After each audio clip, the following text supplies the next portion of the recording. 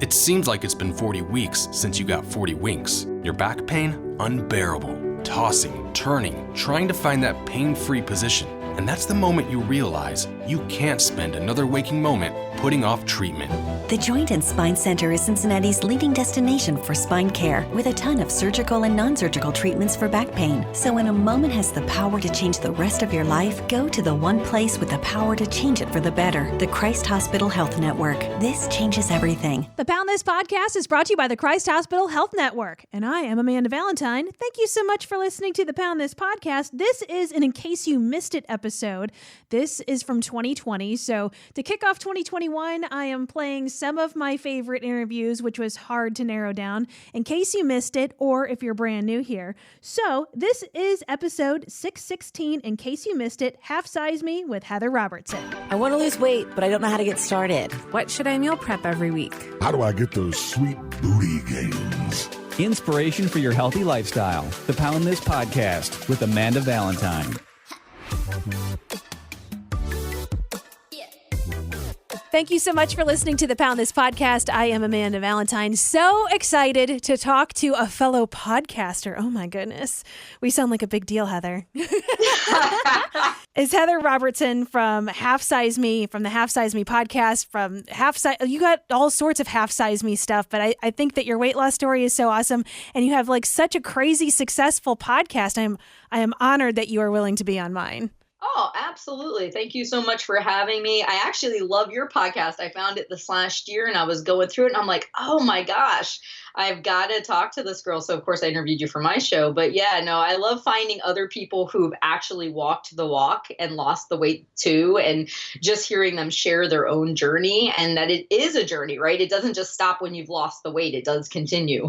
Totally. And what I think is so amazing is that, I mean, how incredibly life-changing going through such a weight loss transformation, just healthy lifestyle transformation, how much it's really changed my life and your life, that this is like the thing that we want to talk about all the time now. Is more than just the different pant size. Of this is a lifestyle that you just cannot wait to have other people feel. Oh, absolutely. Yeah, I found that the discipline and the perception that I have of myself was so greatly impacted by the weight loss that I don't know if you felt like this, but I thought to myself, the one thing I thought I would never get control over, right? My weight. If I was capable of doing that, oh my gosh, what other things was I capable of doing that I didn't even give a second thought to, because I had this huge, thing that I couldn't get under control.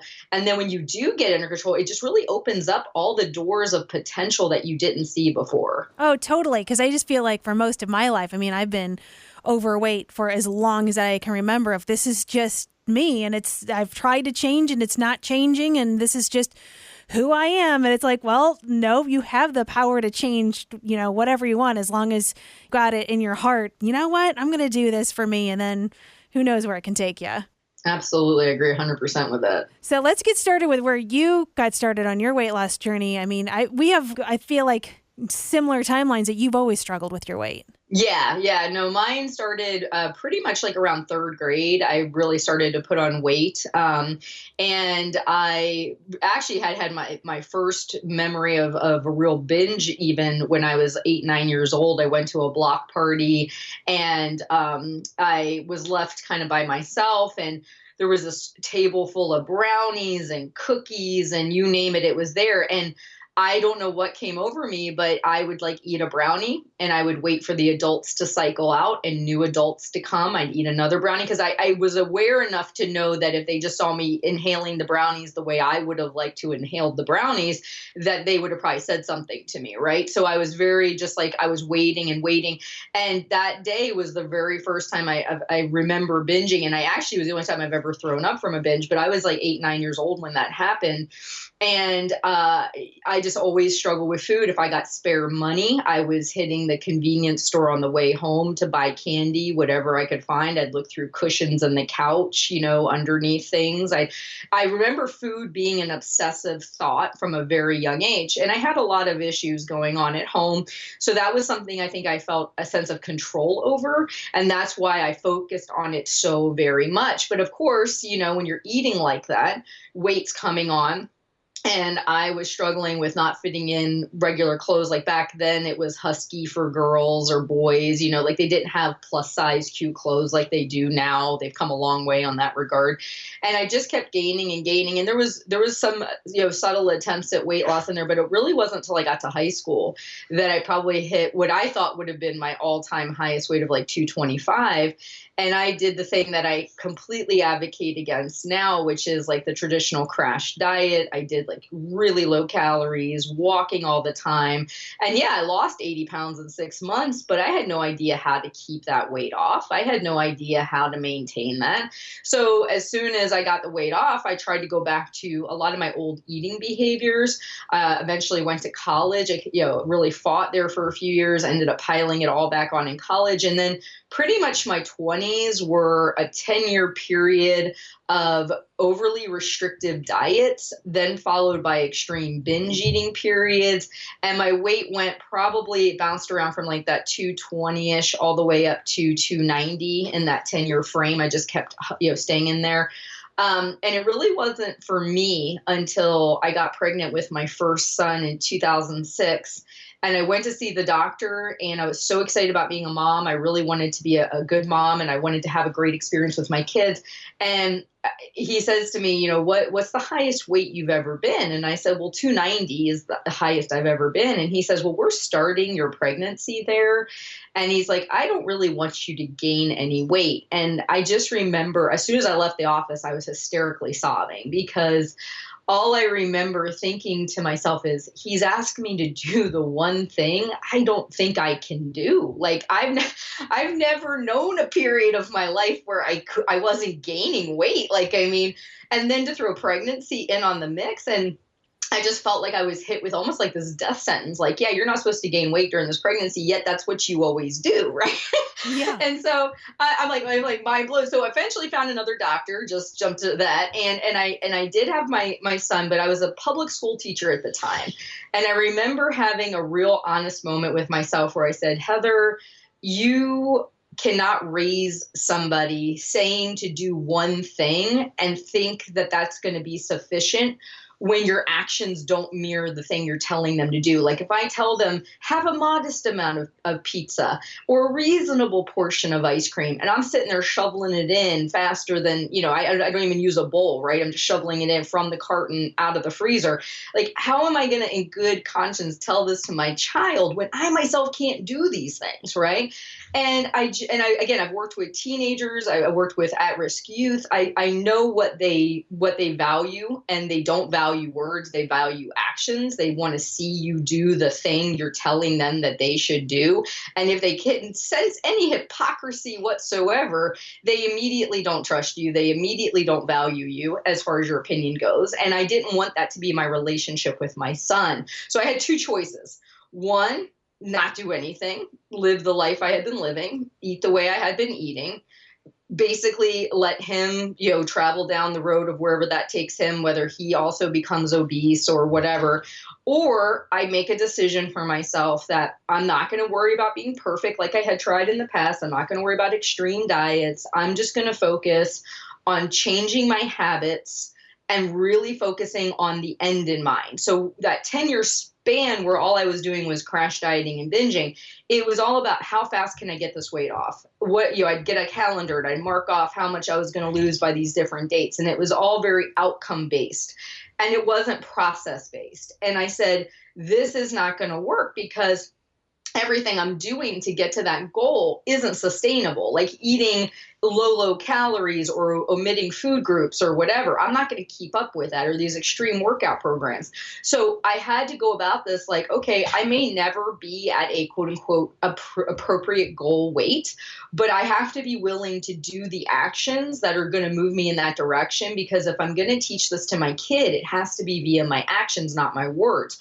So I really started implementing that. Now, in this 5-year span that I worked on losing 170 pounds, I had 2 more children. I had my 3 boys are a total of 3 years apart in age. And so I had 2 more pregnancies in that 5-year time span. But it took me about 5 years working on building in healthy habits, learning to start cooking food I hadn't really known how to cook before, building in consistent exercise for myself, to lose the 170 pounds. And then once I got the weight off, I've now been maintaining that since 2012. So it's been almost 8 years of maintaining it for myself. So, and I'm thankful that I did it with a slower approach, with focusing on the maintenance part of it as my goal, because what it did is it made me evaluate all the habits and behaviors under, is this something I really think I'm willing to do for the long haul? Or is this a quick maneuver just to get weight off this week and I'm not going to sustain it? It really forced me to look at it under that lens. So how hard was that doing all that with pregnancies and being a new mom? It seems like it's hard enough to just do it without going through such, big life changes. Oh, it was hard. I'm going to be the first to admit it was hard. I think what it was is I decided to be a stay-at-home mom. And I had by the time it was kind of focusing on that last 100-ish pounds, I had 2 toddlers and a newborn at the same time. And I tell people all the time, you have to really be willing to say, I matter in this, because that was all my husband would say to me. He's like, look, I know you have to take care of the kids all day, but any outside time, any outside focus you have, I want you to take care of yourself, because literally you're just bouncing from responsibility to responsibility. Somebody always needs you, right? And so it was literally, how can I strip this down to be the most simplistic thing that I can do, and how can I keep my hands busy with positive things versus putting food in my mouth, right? It was all of those daily repetitive questions of, what can I do today? Every day I would wake up, I'd write 3 things down. It might just be something like cooking my own dinner in the crock pot. It might be writing my food down in my journal. I would only list out 3 things that I was going to focus on. And they had to be things that were so doable for me, because I really mentally did not have a whole lot of space to devote to this. It had to be that simplistic for me to do it day in and day out. So I'm sure people ask you this all the time. Like, what did your food look like before you started, and what your food looked like once you got the train rolling? Yeah, no, we ate out all the time. What my husband and I did before we had kids, we would grocery shop just like everybody else. We knew the healthy food to buy. I'd buy the frozen broccoli florets. I'd buy the skinless, boneless chicken breast.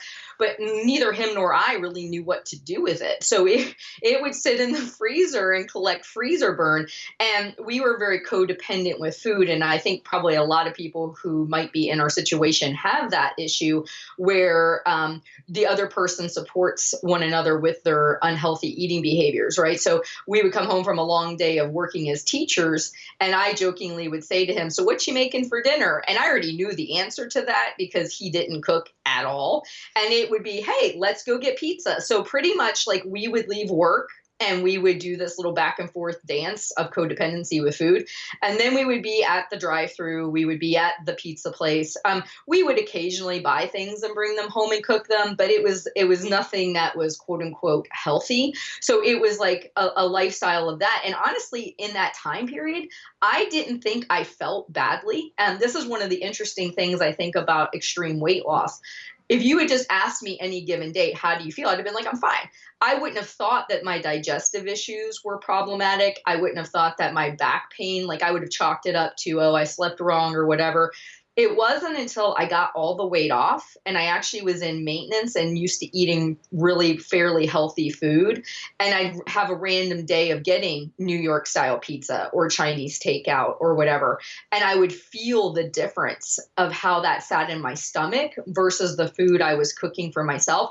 But I before I had done that transformation, I never had that point of comparison. So that was my normal. Just living in that constantly was my normal. But now when I look back and I see what it feels like today, I think, my gosh, I was dealing with this day in and day out. I had no idea. So my eating today looks vastly different. I mean, I still on occasion go get New York style pizza. On occasion, and when I say occasion, I'm talking like, maybe once a month or once every other month. But what I have found for myself is that I always was good at trying to find suitable replacements. So I literally remember when I first was trying to back off eating pizza, we had this one place literally around the corner from us. They were a family operation. They made great pizza. And we were going there multiple times in a week, and I would drive by it every day. And I was like so badly wanting it, like literally salivating, wanting to stop. And I would say to myself, Heather, this is not going to help you, right? It was like an act of sheer willpower to not pull into this place. And I say, let's go home. Let's take different ingredients and make some kind of a pizza replacement. And that was what I spent a lot of the earlier time doing. It was just, how do I get something kind of like Chinese food at home? Maybe I buy the frozen egg rolls, but it was like I could control the calories better. I could eat more reasonable portions. It wasn't deep fried. I could make pizza at home using, maybe tortilla wraps or making my own homemade pizza dough. So it was a lot of experimenting and trying. And now I actually like those things because I've eaten them so much and for so long, right? But in that time, it was just like, okay, I've got to find a Band-Aid to throw on this gaping wound. And I understand that plight. Like when someone is going from eating McDonald's every day or, whatever their thing is, when you first say no to those things, it requires a high level of effort on your part to deny that. So you finding something, whether it's a bag of crinkle cut fries from your grocery store and making your own burgers at home, it's like those improvements are so big because that gets you at least out of those establishments on the regular, and it starts to let you find those suitable replacements. So my eating today looks drastically different, but it happened in stages and it didn't happen overnight. And I think that's an important part. People see that on Instagram. They see the meal prep Sundays and they see the some of the recipes and they think, oh my gosh, I need to do that. No. Where are you right now? What does your reality look like now? Let's take it from that point and do a 10% improvement. You know what I mean? Let's start to move you in that direction, but it doesn't have to be overnight. And I would encourage you not to try to do that because it won't be sustainable. Oh, totally. And I think where I have failed a lot is that crash and burn dieting of going from eating deep dish pizza to kale chips. And you're like, this sucks. And then you bail. Yes. Oh my God. There's no comparison there. Right? Like you didn't even go to like low calorie pita chips or something. Oh, that's horrible. Okay. I feel like that's kind of like that New Year's resolution or like I'm going on a diet mentality of like, okay, throw all this out of the house. This is the new me. And you go to like smoothies and celery sticks. And it's like, whoa, that is just like such a stark transition. Maybe just start with adding one extra vegetable a day. Like that's like long term. And I'm curious to see your opinion on this because this is a question I get asked all the time about, changing a lifestyle and food is I get that I hate vegetables. So what am I supposed to do if I hate vegetables? Like, how do you answer that question? Yeah, I say then you don't have to eat them, right? Yeah. Like I even interviewed, I can't remember what episode it was, but I interviewed this one person who just came out and said that. They said, I hate vegetables, never ate them, ended up losing like, I think 100 pounds, right?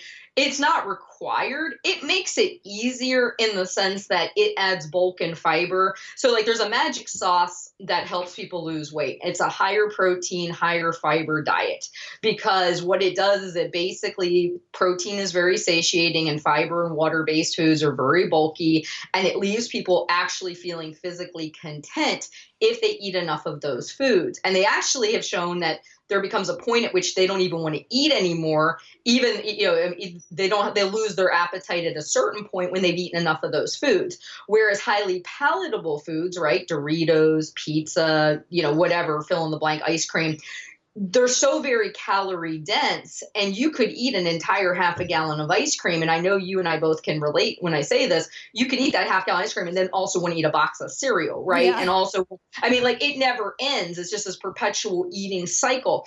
And that's because those foods are not high in protein and fiber and water. And so those are just some basics on weight loss. Like if you want to make it easier on yourself, you can do that. But I have had coaching clients who are like, hey, Heather, I really, just the way I'm wired, feel so much better eating a smaller portion of the foods that I really 100% love. And I'm not going to be the person who steams the bag of broccoli florets and eats it. I'm just not. I don't like the way it tastes.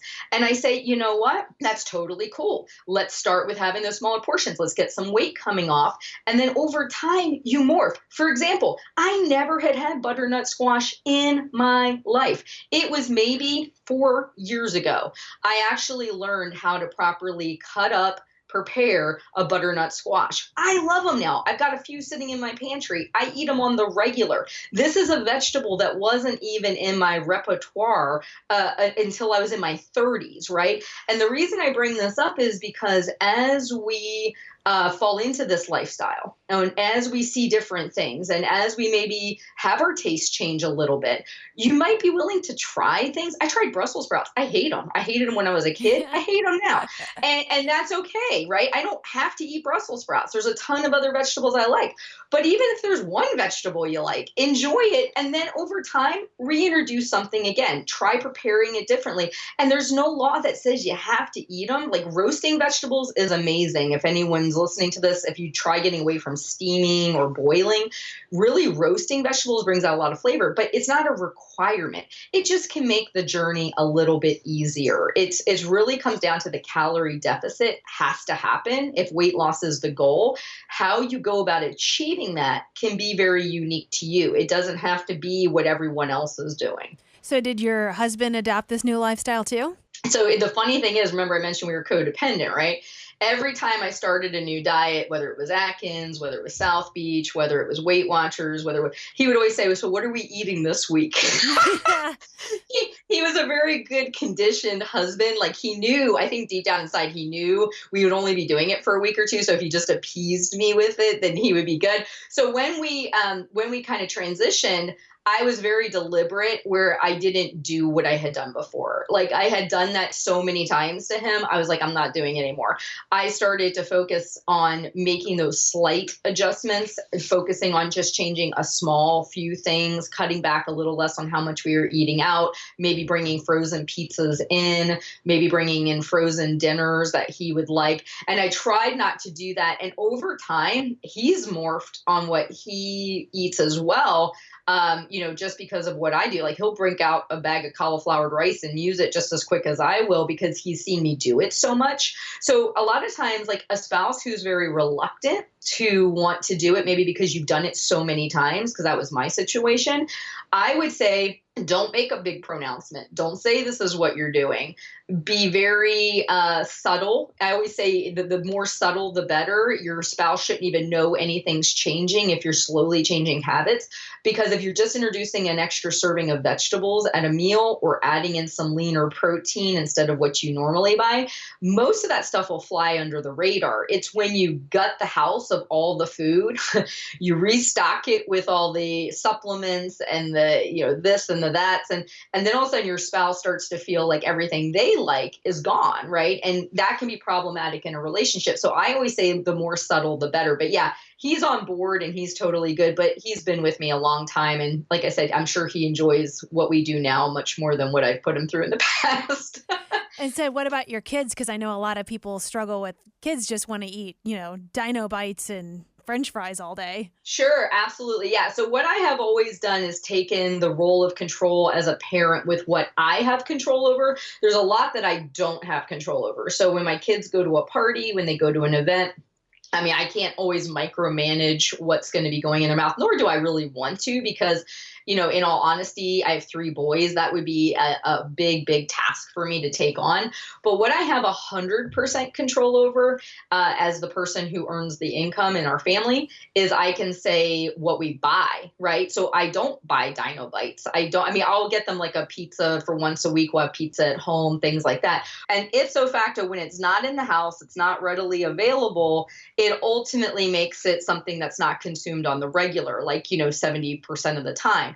So then when you do go out and they want to have a drink that's, sugar-based, or if they want to have a bag of chips or whatever, it's not a big deal because the majority of the time they're not consuming it. So ultimately, that's where I focus my attentions. What do I have control over? Focusing on that. And then I really try as much as I can to use what they call the division of responsibility with feeding, which is I present the food. So I purchase the food, I present the food, I make it available at consistent meal times, and then they get the opportunity to put on their plate what they want. A lot of those of us that struggle with food issues, we might have been in the Clean Your Plate Club. Your parents say, you need everything on your plate, or there might have been either not healthy options available, or we felt like maybe our parents or somebody was watching us and what we were eating and they tried to micromanage and control it. And so we kind of got rebellious against that. So I'm trying to take a little bit less of a controlling approach and let them decide. So I might offer up at the meal, lasagna, garlic bread, carrots, whatever. And they get to decide like how much of what they put on their plate. And that way they're getting a little bit more say in it, but I'm making sure the options that are available, I feel good about, and that's my part of the control. So those are kind of the two ways that I have dealt with it. It's just leading by example, making available in the house what I feel good about with my dollars, and then ultimately letting them have a little bit more control over what they choose to put on their plate. So at what point were you at in your weight loss journey and maintenance where you're like, you know what, I want to be a coach and help other people and start a podcast and do all this stuff? It didn't happen in that order at all. So it actually happened where my husband was a podcaster and he was doing movie podcasts, and he would notice that whenever we went to social get-togethers or we were around people, I normally spent the majority of the time talking to them about weight loss, health. I was always getting asked about it, things like that, because I myself lost so much weight, right, and all this kind of stuff. And he finally said, I think people would benefit from hearing what you have to say on this issue. You should start a podcast. That was never my intention. It was never that was never a goal that I had set for myself. And I was like, well, no, and I'm sure, again, people who are in the blogging and podcasting sphere can probably relate to this. It was, well, there's already so many out there, right? There's already other people talking about this. There's other people blogging about this. There's other podcasts on weight and health and yada, yada, yada. Why would anyone want to hear what I have to say? And he said to me, well, no one's going to say it just the way you say it. No one's going to present the information the way you would present the information.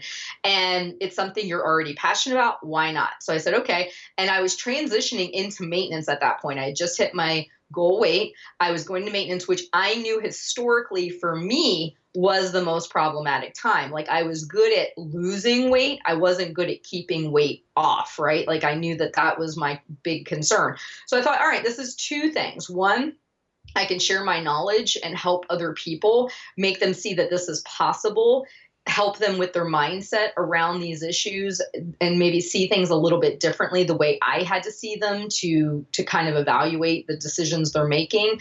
And it's a good way for me to keep myself accountable in my maintenance journey. So I started the podcast back in 2012. And from there, people would write to me. They tell me, thank you so much. I'm getting so much value out of this. And then they wanted to know if I would teach them things and if I would do courses with them, or if I would do, have some kind of a community that they could connect with me more. And so then it launched, and I launched like my first course. And then I launched the community back in 2013. And then from there, it started to grow and grow. And so then I hired a business coach, and he says, you should coach people. He's like, this is something you're naturally good at. You've worked as a teacher. This is something I could see you doing. And so about 5 years ago, I actually became a coach. And that's been like a full-time gig for me, outside of the community and all this other stuff. And so they kind of like one evolved into the other. I would love to tell you I came in with this miraculous plan laid out on a sheet. We're going to do this by this date. We're going to achieve this goal. We're going to launch this. We're going to do this. Our email list will be here. I'll have X amount of likes on Facebook. And like I had this great looking like plan. None of that happened.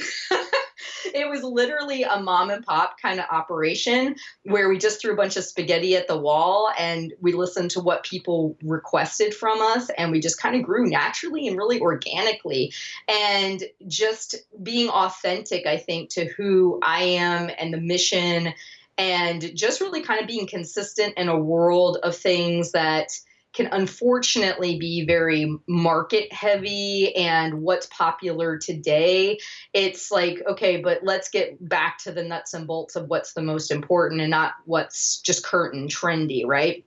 Totally. And so, yeah, it just blossomed on its own, honestly. And if you had asked me in that first conversation we had at 2012 when he said, start a pie, if you had told me we would be here almost 8 years later, still doing this show. It would have grown into the community. It would have led to the coaching. I would have all these different products in my store. We would be homeschooling our 3 kids and be doing this as a family-based business. And my husband would have left his full-time day job. I would have been like, that's crazy. Like, that's never, like, I wouldn't have been able to wrap my mind around it. Right. But literally piece by piece, it just fell into place that way. And I'm so grateful for it, because not only has it helped me stay consistent with my goals, because I share in the community. I'm very much an active member just as much as I am a founder, right? And so I think the part is that we have to remember that just because we achieve something really awesome, it doesn't mean we're fixed. And it doesn't mean we don't continue to need to improve ourselves and to continue to make forward progress. And I think that in my past, my Achilles heel was I thought when I lost weight, I should have all the answers. I should be fixed. I shouldn't have weight regain at time, or I shouldn't be still struggling with my binge eating, or all these other things. And I've had to kind of let that go and be okay with being a flawed human, just like everybody else, and sharing honestly. And that's been probably for me, the most difficult part of all of this. It's knowing that it's okay for me to share as just a regular human being while still doing all the things I do, and finding that balance between the two.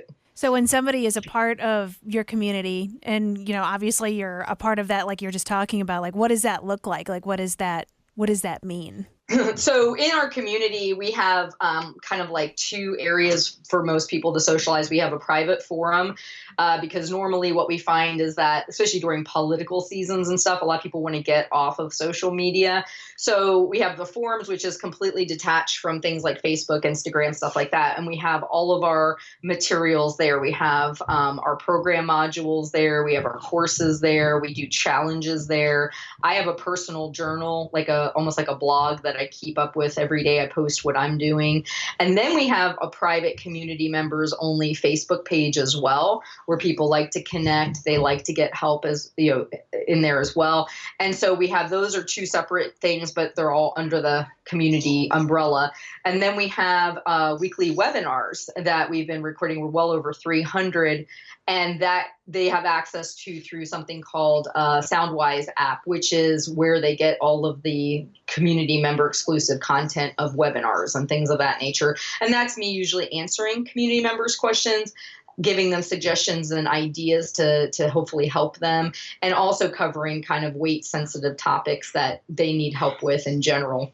So those are kind of like all the components. Is that what you were asking about? I just think that's so amazing, just to give people a space to feel safe talking, because it's so deeply personal, and people feel so much shame around weight and eating, and to have a space where they can talk about it with somebody who has lived through it, who is currently living through it. And I also just love that you're not like preaching a specific diet, that you're just preaching living a healthier life. Absolutely. And I think that to me is the tell. If somebody is so mired in their approach to how you have to do this, that they lose the human connection part of it. Because when you tell somebody my way's right, whatever that way is, you immediately throw up a wall, and they have to make a decision. They either fall in line with what you say, whether it actually works for them or not, because they want to be a part of whatever you are doing, or you open a door and you say, you're accepted, you're welcome here. We have the same universal struggle of weight management, food issues, all these kinds of things.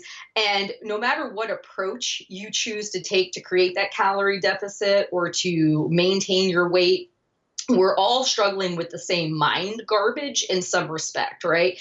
And this is a safe place for you to get that help. But if I tell you, you have to believe and think exactly the same way I do, first off, that's not being a very good teacher, and it's not helping people lead themselves to their own solutions. And I really believe at the end of the day, we are by nature very rebellious. And if someone says, do this, eat off this food list, you'll do it for a very short period of time because you think it's going to get you certain results.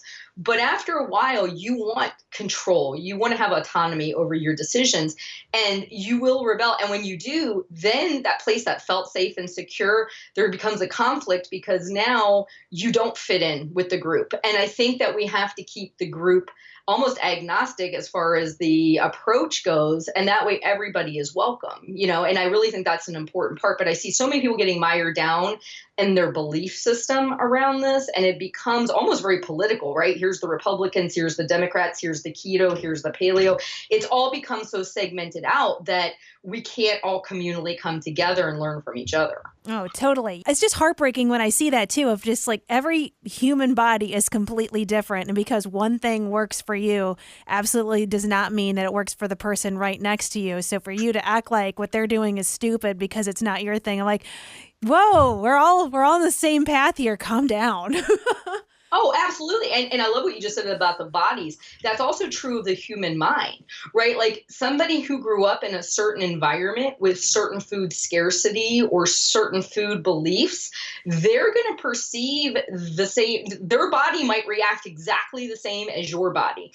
But if their mind is not conditioned to handle what you're asking them to do based on previous tragedies, experiences, stressors, then if all they're going to do is self-sabotage and create a cycle of shame around it, how is that benefiting them? Even if the diet would be the most linear, like I'll be the first to say, is calorie counting the most straightforward method to losing weight? Yes, it's going to give you the most consistent, but that's only if you don't get weirded out by calorie counting. If you get weirded out by calorie counting and it's going to cause you to binge every night, then that tool, while it might be the most efficient tool, is not the one I would encourage you to go down the road of following. I would suggest you to maybe start looking at using smaller plates, or maybe looking at putting more vegetables on your plates, or trying different things that are going to create a calorie deficit without you having to actually track calories, right?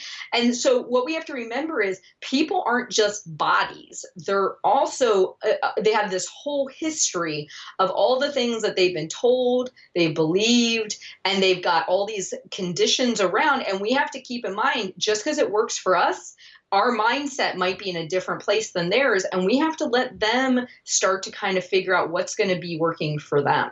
100%. And just on the calorie counting thing, of things change, because I tried calorie counting and I did Weight Watchers for a couple times and point counting, and it stressed me out so bad that I would gain weight and I'd have all this anxiety about it.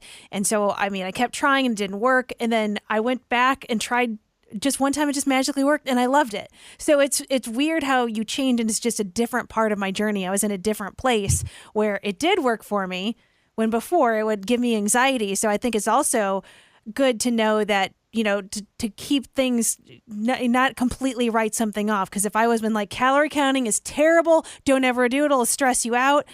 That doesn't exist for everyone, and it could possibly change for you too. Right. And it goes back to having more of that teaching perspective, right? Like I used to teach math, and what I learned is not all brains absorb information the same way or understand. Like I'd have to take a math concept and explain it in various different ways to different students, because the way I was explaining it, they weren't understanding it. It wasn't that they were incapable of understanding the information. It was just that however I was sharing it was not translating in that moment. And again, it could be perception. It could be some past trauma they had even around math. I've seen a lot of interesting things, but it's the same thing applies to everyone. We all grow and learn in our own time frame. Nobody knows what that is. And so somebody who gets calorie counting right off and feels super powerful and they're super focused, it might never work for this other person, or this person over here, 6 years later, they're actually in a place where they've got a much more balanced way of eating. They're feeling really positive. They've been focusing on exercise, and they're actually willing to try it. It does totally gel for them. And my reason for sharing that is, like, we can't know somebody's timeline.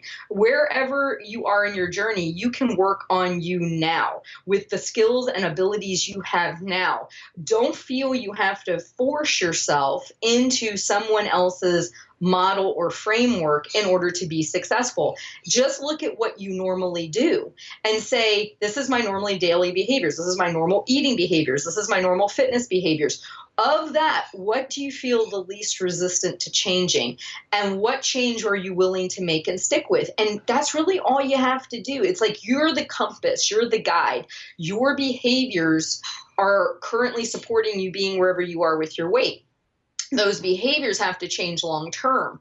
The order in which you do it and the methodology in which you do it, it's totally up to you. Preach. I love it. So if somebody wants to be a part of your community, be a part of your coaching, listen to your podcast, how do they find you? Everything is at halfsizeme.com. And I always encourage new people that are just hearing me for the first time. Again, we've been doing the podcast since 2012. Start listening to that. It's a free resource. It's going to go ahead and kind of give you a feel more so even, about my message and how I think about things. And then I also have a free resource. If you go to halfsizeme.com/quiz, you can take our quiz, which will kind of help you figure out the areas that might be underlying, messing you up from your goals, that might be getting in the way, whether it's boundary setting, time management, maybe you're struggling with meal planning, maybe it's kind of not having your head in the right place or whatever. And then you get a free copy of my Breaking the Diet Cycle book, which is really just about like starting out that habit transformation that we're talking about. I give it away for free. I call it the $2 diet, but basically it's this idea of starting to evaluate yourself to make improvements. But everything is at halfsizeme.com. That's awesome. Well, thank you so much for being on my podcast. I really appreciate it. I love what you do. And I love that you connected with me and that we can help as many people as possible on their own journey. Absolutely. I say 2020, it's a new year. It's a new decade. Let's really do this different, right? Like let's stop doing the systematic diet cycle that we've always fallen into. I mean, I spent 10 years there and I did the basic math. If I lost 1 pound, 1 singular pound per month for that 10 years, I would have lost 120 pounds. But if you had asked me at any point in that 10 years if that would have been a viable solution, I would have thought you were crazy. But at the end of that 10 years, I was up about 60, 70 pounds from where I was at the beginning of the 10 years, right? And so I wasn't able to see that cycle that I was in, the doing the extremes, the gaining the weight back, repeating over and over and over again. In this new decade, we can choose a completely different way of handling it. And that's really what I want to focus on. Let's break away from that model and start to look at you as an individual so you can actually change all of this for yourself. I love it. halfsizeme.com, the podcast, the coaching, the community. Heather Robertson, thank you so much for being on my podcast. Thank you so much for having me. You were awesome. For info on health coaching and more, go to AmandaValentineBites.com.